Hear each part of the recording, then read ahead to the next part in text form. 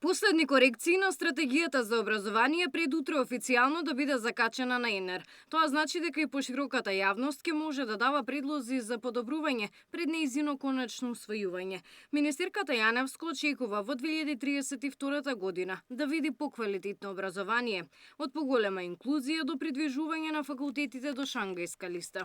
Покрај континуитетот кој го задржуваме, потенцираме она што сметаме дека е особено важно, почнувајќи од наставните програми во предучилишното образование, во инклузијата во основно и средно образование, едносменската настава, оптимизацијата на мрежата, финансирањето на образованието во локалната самоуправа, секако подобрување на легислативата во високото образование.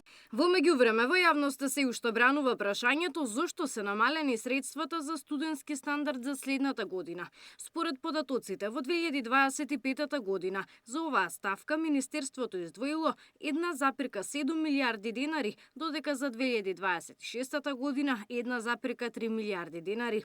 Тоа е 7,3 милиони евра помалку за студентскиот стандард за до година.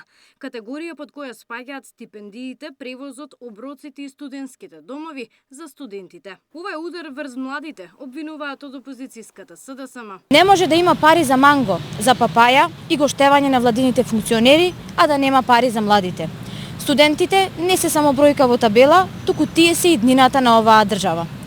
Со вакви погрешни политики, иселувањето на младите не само што ќе продолжи, туку и дополнително ќе се засили. Министерката пак не конкретизираше од каде и зошто се крати, но вели дека нема да има рестрикции за ниту едно право на студентите. Ниедно право кое студентите го стекнале до сега нема да им биде ускратено. Бројката е вкупна за сите нивни права. А дополнително има и развојна компонента која се однесува на изградба на студентските домови и после 10 години доградба на финки и ФФК.